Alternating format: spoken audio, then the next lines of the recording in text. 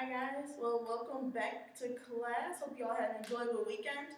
So as you can see here on the board, we'll be talking about our values today. So what are values? Values are basically components that we have in our lives that give us a foundation in order to assist us in conducting ourselves in a particular way. So to give you an example of some values, I can tell you about my own. I have faith as a value of mine, trustworthiness, happiness, being a diligent worker, being a hard worker, and those are just a few of mine. And having these values provides me with a foundation and allows me to learn how to conduct myself in various situations, whether they be with friends or with group projects, as you guys will experience this as college students, any type of situation that you may incur.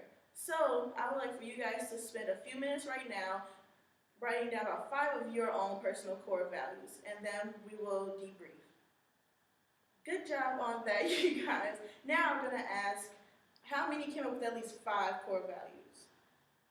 Also, could you tell me about a few of those core values? A few of mine were family, honesty, and trustworthiness.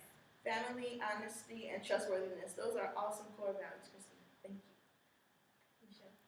Oh, mine are my family along with integrity and being hardworking. Family, integrity, and being hardworking are also awesome core values. Good job, guys, for the activity. I'm glad you're able to identify those core values for yourselves. So, now, why have core values? Well, having core values gives you an idea as to how to approach various situations, as mentioned before. Let's say that you had a conflict at your job.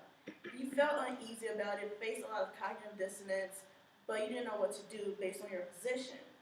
Well, instead of just falling into the trap and doing something that you feel uncomfortable with doing, you can pull back from the situation and use your values to identify how to get yourself through that situation in the most professional, responsible way. And I'm sure you guys have done your 2MCs as you often in class with Professor Gonzalez, so you know that your core values are essential in assisting you in those situations. So, we all have a reputation to uphold. And by having a reputation, other individuals can see you in a particular way based on how you conduct yourself. So by having your core values, you are being weighed on a scale basically by other individuals and how they perceive you.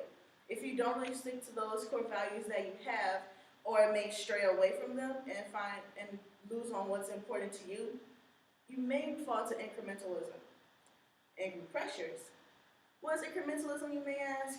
Well, this involves you taking little steps into doing things that may not be the best for your core values or something that's not professionally responsible.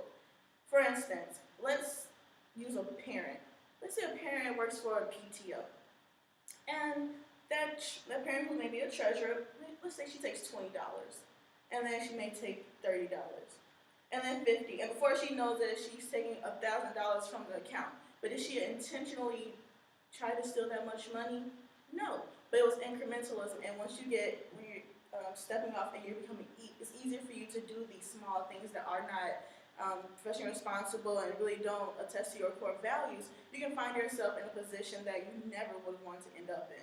So by having your core values and when facing that initial cognitive dissonance and not really being sure if you should proceed in a situation, use your core values because they are your foundation and they'll let you know that this may not be a good thing for you to pursue as they don't relate to the type of person that you are. Lastly, we'll talk about group pressures and how this relates to the workforce.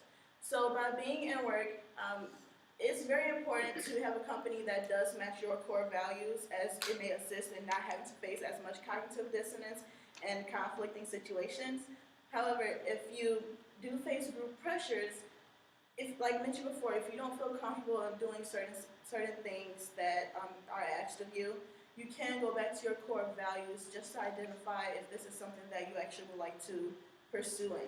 So with group pressures, you just want to make sure that you step back from the situation, analyze your core values, and just really look at yourself. Do the mirror test. Look in the mirror and ask yourself, would I really be comfortable doing something like this? How would my friends see me if I did something like this? What would the ethics officer think if they knew that I was pursuing these actions in my organization? And also look back at your core values and just see if that is actually something that's comfortable with you.